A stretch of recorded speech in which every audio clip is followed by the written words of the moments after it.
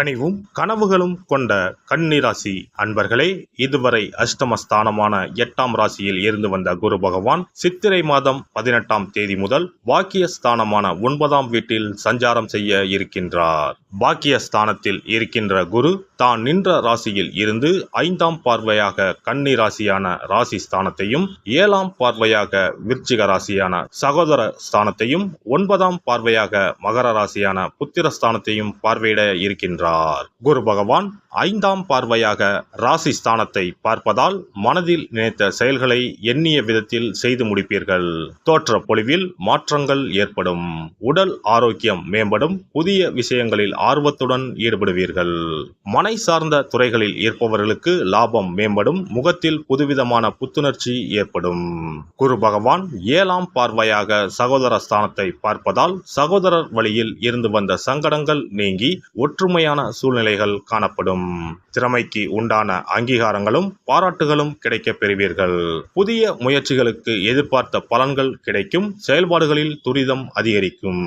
குரு பகவான் 9ஆம் பார்வையாக புத்திரஸ்தானத்தை பார்ப்பதால் பூர்வீக சொத்துக்கள் தொடர்பான விஷயங்களில் இருந்து வந்த இழுபறியான சூழ்நிலைகள் குறையும். குலதெய்வ வழிபாடுகளை நிறைவேற்றுவீர்கள். வாழ்க்கை துணைவரின் வழியில் இருந்து வந்த கருத்து வேறுபாடுகள் குறையும். கலை சார்ந்த செயல்பாடுகளில் ஆர்வம் அதிகரிக்கும். கடன் சார்ந்த பிரச்சனைகள் குறையும். குரு பகவான் பாக்கியஸ்தானத்தில் நிற்பதால் உடல் ஆரோக்கியம் தொடர்பான விஷயங்களில் கவனம் வேண்டும். வீட்டினை மனதிற்கு பிடித்த விதத்தில் மாற்றி அமைப்பீர்கள். பெரியோர்களிடத்தில் அனுசரித்து நடந்து கொள்வது நன்மதிப்பை உண்டாக்கும். பிரபலமானவர்களின் அறிமுகமும் ஒத்துழைப்பும் கிடைக்கும். கணவன் மனைவிக்கு இடையே புரிதல் அதிகரிக்கும். புதுமையான விஷயங்களில் ஆர்வமும் தேடலும் ஏற்படும்.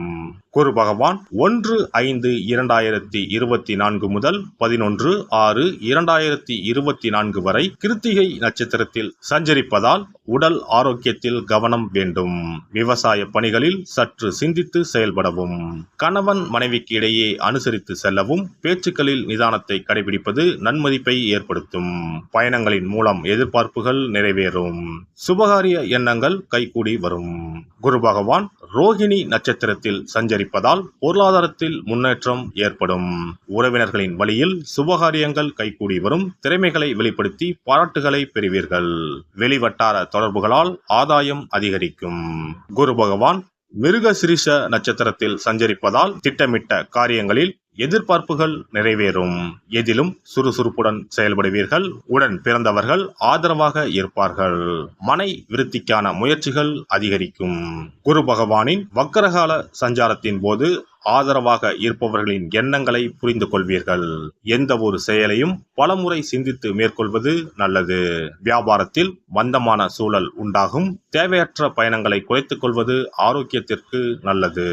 பெண்களை பொறுத்தவரை குழந்தைகளின் வழியில் மகிழ்ச்சியான செய்திகள் ஏற்படும். மற்றவர்களின் செயல்பாடுகளை குறை கூறுவதை குறைத்துக் கொள்வது நல்லது. உலக வாழ்க்கை பற்றிய புதுவிதமான கண்ணோட்டங்கள் ஏற்படும். வெளியூர் வேலை வாய்ப்புகள் சாதகமாக அமையும். விடாப்பிடியாக செயல்பட்டு எண்ணியதை நிறைவேற்றிக் கொள்வீர்கள். பூர்வீக சொத்துக்களின் மூலம் நன்மை உண்டாகும். புதிய வாகனம் வாங்குவது தொடர்பான முயற்சிகள் கைகூடும். மாணவர்கள் மனதளவில் புதிய தன்னம்பிக்கையுடன் செயல்படுவீர்கள். விளையாட்டு சார்ந்த துறைகளில் இருக்கக்கூடிய மாணவர்களுக்கு திறமையும் பாராட்டும் கிடைப்பதற்கான வாய்ப்புகள் உண்டாகும். கல்வியில் இருந்து வந்த ஆர்வமின்மையும் புரிதல் இன்மையும் விலகும். உத்தியோகஸ்தர்கள் உத்தியோக பணிகளில் இருந்து வந்த அலைச்சல்கள் குறையும். திறமைகளை வெளிப்படுத்துவதற்கான வாய்ப்புகள் அமையும். சிறு சிறு வதந்திகளுக்கு முக்கியத்துவம் கொடுப்பதை தவிர்க்கவும். உடன் பணிபுரிபவர்களின் ஆதரவு கிடைக்கும். பணி மாற்றத்தால் குழப்பங்களில் இருந்து தெளிவான முடிவுகளை எடுப்பீர்கள். வியாபாரிகளை பொறுத்தவரை வேலையாட்களின் ஒத்துழைப்பால் ஆதாயம் மேம்படும். வெளியூர் தொடர்புகளின் மூலம் வியாபார அபிவிருத்திக்கான வாய்ப்புகள் உண்டாகும். சிறு சிறு வதந்திகளுக்கு முக்கியத்துவம் கொடுக்காமல் இருக்கவும். முயற்சிக்கு ஏற்ப புதிய வாய்ப்புகள் தேடி வரும். அரசு சார்ந்த உதவிகளில் அலைச்சல் அதிகரித்தாலும் ஆதாயம் உண்டாகும். வெளியூர் தொடர்பான பயண வாய்ப்புகளின் மூலம் முன்னேற்றம் ஏற்படும். கலை சார்ந்த துறைகளில் இருப்பவர்களுக்கு தன வரவுகள் மேம்படும். எழுத்து சார்ந்த துறைகளில் இருப்பவர்களுக்கு முன்னேற்றம் உண்டாகும். மனதில் புதுவிதமான கற்பனை சார்ந்த சிந்தனைகள் அதிகரிக்கும். அவ்வப்போது உங்கள் மீது விமர்சன பேச்சுக்கள் ஏற்பட்டு நீங்கும். இசை தொடர்பான துறைகளில் இருப்பவர்கள் ஆதாயம் அடைவீர்கள். அரசியல்வாதிகளுக்கு சமூகம் தொடர்பான பணிகளில் ஈடுபாடு அதிகரிக்கும். மேடை பேச்சுக்களில் நிதானத்தை கையாளவும். பதவிக்கான புதிய முயற்சிகளில் எதிர்பார்ப்புகள் நிறைவேறும். கட்சி சார்ந்த பயணத்தின் மூலம் ஆதாயம் உண்டாகும். வெளி வட்டாரங்களில் உங்கள் மீதான மதிப்பு மேம்படும். இந்த குரு பெயர்ச்சியானது மனதில் எதையும் சமாளிக்கும் மனப்பக்குவத்தையும் புதிய இலக்குகளை அடைவதற்கான சூழ்நிலைகளையும் உருவாக்கக்கூடிய நல்ல பொற்காலமாக அமையும். தந்தை வழி உறவுகளிடம் சூழ்நிலைக்கு ஏற்ப அனுசரித்து நடந்து கொள்ளவும். திருச்சிக்கு அருகில் உள்ள பூலோகநாதருக்கு அகல் விளக்கு தீபம் ஏற்றி வழிபாடு செய்து வர வீடு மனை அமைவதில் இருந்து வந்த தாமதங்கள் விலகும். நினைத்த காரியங்கள் அனைத்தையும் செய்து முடிப்பதற்கான சூழல்கள் உண்டாகும். மேலும் தொட்டதெல்லாம் ஜெயமாகும். குரு பெயர்ச்சிக்கான சிறப்பு பரிகாரம். வியாழக்கிழமை விரதம் இருக்கும் முறை. வியாழக்கிழமை அன்று அதிகாலையில் எழுந்து குளித்து மஞ்சள் நிற ஆடை அணிந்து விரதம் இருக்க வேண்டும். அருகிலுள்ள கோவிலின் நவகிரக சன்னதிக்கு சென்று குரு பகவானுக்கு சந்தனம், மஞ்சள் போன்றவற்றை கொண்டு அபிஷேகம் செய்ய வேண்டும். பிறகு குங்குமப்பூ கலந்த பசும்பாலை கொண்டு குரு பகவானுக்கு அபிஷேகம் செய்து வழிபட வேண்டும். மஞ்சள் நிற பூக்கள் சாற்றி மஞ்சள் நிற இனிப்புகளை நைவேத்தியம் செய்து வழிபட வேண்டும். குரு பகவானுக்குரிய தானியமான கொண்டை கடலையை நைவேத்தியமாகவோ அல்லது கொண்டை கடலையில் மாலை கட்டியோ அணிவிக்கலாம். மாலை நேரத்தில் மஞ்சள் நிற இனிப்புகள், ஆடைகள் போன்றவற்றை வறுமை நிலையில் இருப்பவர்களுக்கு தானம் அளிப்பது நல்லது. இரவில் உப்பு சேர்க்காத உணவை சமைத்து சாப்பிட்டு வியாழக்கிழமை விரதத்தை நிறைவு செய்யலாம். குரு பகவானை வழிபடும் முறை.